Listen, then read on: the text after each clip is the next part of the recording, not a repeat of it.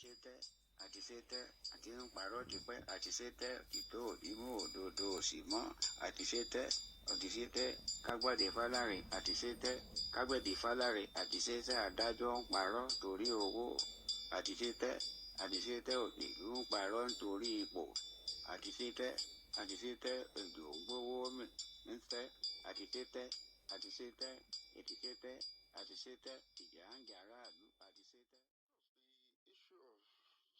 First subsidy removal is the biggest news today and will remain so for a long time to come. Subsidy has been removed, and it is clear from the news reaching out to us this morning that the NLC and the TUC has suspended the proposed strike and are now negotiating palliatives, increase in salary, and some other benefits with the federal government. It's a clear indication that the NLC, the TUC, and indeed organized labor in Nigeria has lost the battle before the first fire was shot. So, for the first shot was fired, So that tells you that Nigerians are left on their own right now to adjust to the reality of first subsidy removal, increased hardship, poverty, economic depression, and so we're going to adjust to it, and there's nothing we can do about it. Is the organized labor really negotiating for Nigerians, or is that a tool for negotiation for selfish interests? No, they are negotiating for themselves. They're not negotiating for the Nigerian people because, like I pointed out last week, Nigerians overwhelmingly voted for subsidy removal without actually understanding the implication of what they were doing. And it is because of 24 years of sustained attack, demonization, criminalization of the concept of subsidy in Nigeria. And when you tell a lie over and over and over again, it becomes true. So Nigerians were misled, were scammed by both the governments, successive governments, all governments, and some group of intellectually dishonest Nigerians who deploy their intellect to eloquently propagate ignorance about first subsidy. And so Nigerians swallowed it, and sinker. And on the eve of election, the three leading candidates all pledged to remove subsidy from petroleum. And Nigerians didn't question that, we didn't interrogate that. We voted for the three of them. And so when Bola Tinubu assumed office, and on the first day as president, he pronounced first subsidy gone, he was simply fulfilling his own campaign promise. And on behalf of his co-contestant, he also helped them to fulfill their own campaign promises. And Labour had a candidate in that election, Mr. P2B of the Labour Party. And when their own candidate talked about the removal of subsidy, I didn't remember NLC trying to rein him in to say, look, adopt our own charter of demands as concerns energy security in Nigeria, which for me is the best roadmap to resolving the current challenges. But no government has paid attention to that. That roadmap includes resuscitation of our local refineries, build more if possible, before you can begin to talk about subsidy removal at all, if there is need to remove it. And again, fight the corruption associated with subsidy. Every procurement business in this country that is undertaken by government is fraught with corruption.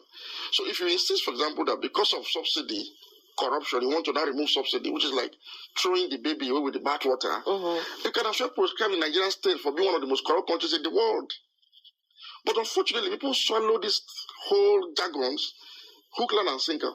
It's only when they remove subsidy that some of the lies that we have been told as citizens, that it doesn't benefit you, it benefits a few people, and all sorts of nonsense. We're not feeling it now. I'm sure the big men you think, they deceived you that subsidy was benefiting, are not tracking to work. They're not even complaining. The governors are not complaining, senators are not complaining, ministers are not complaining, both past and present. Billionaires are not complaining. Oil cartel, oil marketers are not complaining. In fact, they're commending the amount of subsidy because they give them the leeway now to fix prices arbitrarily. That is what they have been fighting for. Unknown to Nigerians, oil marketers never loved the concept of subsidy because it controls their excessive greed for profiteering. So now they have been given the license to go for the kill. So Moman has told you, we welcome this. Those you think are the ones benefiting from the so-called subsidy fraud have told you, we welcome this development. Ipman has said, yes, we welcome it too. So who is the cartel that was insisting on first subsidy and that was going to fight government? Okay, we'll try to delve into all of that. It's a big question you've posed, but let's look at it from another angle. Okay. Would it seem like there's a difference, in the approach that the government is taking at this time? Because I remember during just the past administration, when there's a threat for strike, nothing happens. You may not even have any negotiation at all or any gathering at a round table until the strike actually starts and then goes up until maybe like 8 months, like we saw in the education sector, before people even start talking. And at the end of the day, the talk doesn't end anyway, even ended in court and all of that. So is there a different kind of approach now that the government is saying, okay, let's talk, even though Labour is saying that the talk should have come before the removal of the subsidy? But at the end of the day, there seems to be an agreement somehow, which may have a kind of impact somehow to stabilize the nation for now. First and foremost, the approach by the current administration to labor and industrial dispute issues is quite commendable. It's a far cry from what we used to see in the past, like you rightly pointed out. Despite the fact that this government is aware that Labour is standing on a very weak moral platform to challenge its decision to remove subsidy, because its own candidate also pledged to not just remove it. P2B did the most to delegitimize the concept of petroleum subsidy. He described it as subsidizing consumption, meaning it was an economic nonsense to do. He also went ahead to describe it as a fraud, as a criminal enterprise that he would dismantle from the very first day in office, which means he gave the impression to Nigerians that subsidy was just a crime. And so Labour knows that they are standing on a very weak pedestal. They have no moral ground at all to now challenge Tinubu for actually granting the wishes of their own candidate into this election. Whereas, I'll say it again, as I've said it before, there's nothing wrong with subsidy. I'll say, if I may answer your question directly, the government must be commended for even giving Labour the platform to negotiate, because otherwise, absolutely, Labour themselves and their candidate, Mr. P2B, particularly led Nigerians into the guillotine. It was just Tinubu chopped off our head. Because they all campaigned. You see, if you observe, the mood in the country was for subsidy removal without understanding what subsidy removal meant to the ordinary Nigerian. It's only when it was yanked off and started buying fuel at twice the price at the pump that people began to realize that, hold a minute, have we not been scammed about what subsidy actually meant? Let me say this again. This is not a solution to Nigeria's energy crisis. No. The subsidy that Nigeria needs to remove urgently is not subsidy on petrol. Because subsidy on petrol, whether you like it or not, is the most effective government intervention, direct intervention in the lives of Nigerians. So, but have Nigerians been feeling the impact of that? If you're not feeling the impact, why are we trekking to work today? Why are Abuja roads empty? It is because you're buying petrol now at a higher price. Because subsidy has been removed. So as I'm talking to you now, the manhood in me is there because the day I bought petrol at the new price, I've not been so the point is that benefited. If you say I've not benefited, you have been benefiting from something that somebody convinced you that you're not benefiting. There's something is wrong with our national psyche as a people. Okay, the point you're making is that it's not a few Nigerians that all of us were benefiting. All of us benefiting from. Why is NSC asking for 200,000 naira minimum wage now? Why are they asking for palliatives? Why are they asking for increase in salaries to cover the cost of living now arising from the world of subsidy if we're not benefiting from it? We all benefited. That was the last thing that we're benefiting from government. But they convinced us that we're not benefiting, and we said, remove it. But it also shows the lack of economic literacy for the NLC, because they are fussy to say. On one hand, they are saying, oh, why? I mean, subsidy, increase in price. Another platform, you're saying 200,000 naira minimum wage, when you understand the incredulous level of debt that Nigeria is going through. So what exactly are they saying? Dilemma. You see, the NLC has been the last frontier that has held government back from doing this. Since 1999, they've battled with government over and over. Whenever government attempts to remove this burden from itself because their priority is not welfare for the citizens, it's self-service. NLC was always rising up to the occasion to at least reduce the impact. So you see, a situation where if government wanted to remove it completely, NLC will insist on retaining some part of it so that the hardship will not be borne by the Nigerian people and government to comply under duress. Now, NLC lost that fire. NLC lost that moral ground. NLC lost that legitimacy when its own candidate did most to delegitimize subsidy on petroleum. And some of us called the attention of our friends in NLC and say, look, Are you not think that your candidate's position on subsidy is at variance with your own charter of demands of government? NSC has a well-researched document on subsidy.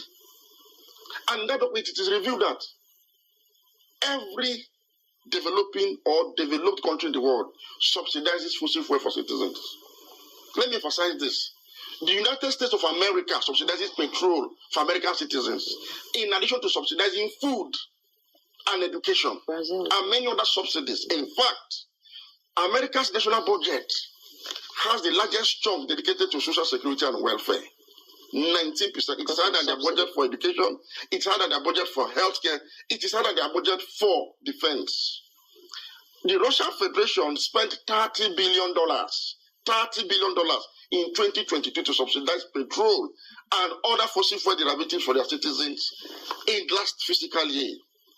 In fact, the group of 20 countries in the world, G20 countries, and G7 most industrialized countries in the world, spent a total of $1 trillion, listen to me very well, $1 trillion subsidizing petrol, gas, and other energy products and services for their citizens, because it is a part of energy security, which is a matter of national security, food security, and energy security. Without energy security, your economy can never be productive. So the implication of subsidy removal today is that your economy will become more and more less productive progressively, because inflation will creep in. So you cannot produce any goods and services in Nigeria today and have to compete with China, where energy subsidized. Because in 2022, China spent $130 billion subsidizing petrol and other sources of energy, including renewables, for their industries and citizens. So, Alhaji Majid, it's a case of putting the cart before the horse, because then a lot of people would have thought that the new administration will focus on reviving moribund refineries. No, they didn't pledge to do that. Yes. No. See, Tinubu cannot be faulted for removing subsidy. He told you point blank, I will remove subsidy. And no matter how much you protest, I will not budge. That was his campaign promise. And so he won on that campaign promise. Fortunately for him, this same line item of campaign was one that was common between him and his co-contestant. So his co-contestant whoever has become the ground. So what's the economic relevance? I mean, when you're thinking about the larger perspective and the common good of Nigerians, there should be an economic overhaul in terms of looking at 1, the refineries, 2, the economy, 3, inflation, 4, purchasing power, and consumers' rights. How do they look at that? None of the candidates capture this in their manifesto, unfortunately. But Labour has this in the Charter of Demands. Labour has a very beautiful idea, workable, something that they undertook in the sight of 50 years to arrive at their own position, well researched. All that Mr. P, for example, needed to do was to ride on that. He didn't. But unfortunately, the Labour Party, Labour Congress, and TUC still supported him, meaning they endorsed his position on subsidy removal. And that's why it's difficult for them now to present what you just enumerated now, which was in their own position. To say, first and foremost, to fix refineries, fight corruption. Then let us now see what we now need to do about subsidy. Because subsidy is a major component of energy security. Energy security means availability of energy, which includes petroleum, at an affordable price because of inflation and productivity purposes, and the welfare of citizens generally, which is a fundamental responsibility of government. So, whereas I do not agree with subsidy removal and the economic nonsense around arguments around subsidy removal, I cannot fault him because he told you I'm going to remove subsidy. He didn't tell you he was going to fix refineries. He didn't promise you palliatives. He didn't promise you negotiation before removing it. So he has fulfilled his own campaign promise, a promise that was equally shared with his co-contestants. So his co-contestants prepared us for what we are facing today. So whoever had become the president would have said, that's what we think. That's why Leslie the first one was going to challenge this decision. Okay, so ordinarily, let me land on this point. If the candidate of the Labour Party, and why am I saying this? Labour Party was like the engine of Nigeria's anti-establishment people to challenge the system for once. If that platform had been run on the ideals you enumerated, which is in line with Nigerian Labour Congress Charter of Demands, to say, look, I'm going to fix refineries and I'm going to ensure energy security in Nigeria. Nigerians would have held on to this promise to effectively challenge the arbitrary removal of subsidy by Tinubu. But the fact is, we have been sedated that subsidy removal is the best for us. So we were slow to react. You see, when they moved subsidy initially, people were slow to react to the reality because they were weakened already because they supported it. They gave legitimacy to the idea that subsidy was poisonous, even though it's supposed to be Holy Communion for us. So you can't blame Tinubu. We now need to live with the reality. And what is the reality? In the past 40 years, our lives have been continuously diminished by an unproductive and corrupt set of political leadership. First, they came for our primary schools and secondary schools. Today, they are shadows of themselves. They told you, no, government cannot fund education alone, blah, blah, blah, blah, blah. The primary schools and secondary schools are now dustbins for children. Now, they came for our universities. As we still trying to hold them back, they said the government does not fund universities alone, blah, blah, blah. ASU has been defeated effectively. So, you are going to witness a downturn, final downturn in our tertiary institutions of learning today. Now, the last frontier was this first subsidy removal. They have taken it away from us. So the next thing they are going to see is they may begin to impose taxes on you for breathing free air, telling you that to breathe free air is no longer sustainable in Nigeria. Okay, so imagine let's now look at some of the issues that are the things that Labour is now asking for and see whether they can actually douse or help Nigerians out of this quagmire we've entered now. They're asking for 200,000 minimum wage and a whole lot of other, items. And since you said that even the president didn't promise palliatives and all that, I wonder how Nigerians will get out of this because that 200,000 minimum wage, whether it seems realistic, is another issue altogether in the country. Some state governments, as we speak, are not able to pay 18,000 minimum wage. Most state governments have not been able to effect the implementation of 30,000 minimum wage. I talking about 20,000 minimum wage. Then how many Nigerians are actually working for government? And how will you force private sector now that is paying more for diesel, paying more for electricity, paying more for petrol, to save enough money to pay more wages? Let me tell you, job losses are already being recorded in Abuja where I live.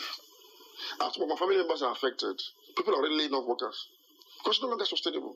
State governments like what are saying, okay, work only 3 days a week, which means lower productivity. So that is the huge consequence of energy insecurity. It's already having effect. Not about inflation. By the time the next numbers come out, you will understand where we are as a country. So the demand for NLC for increased movement for me is just grandstanding to show that they are doing something, even when they are not really doing anything, because it's not within their powers to do anymore. Because they gave legitimacy to this decision to do subsidy when they couldn't rein in their own candidate for the same election from the power that Tinubu has told now. And this is the reality. There are consequences for democratic choices. Consequences, huge ones.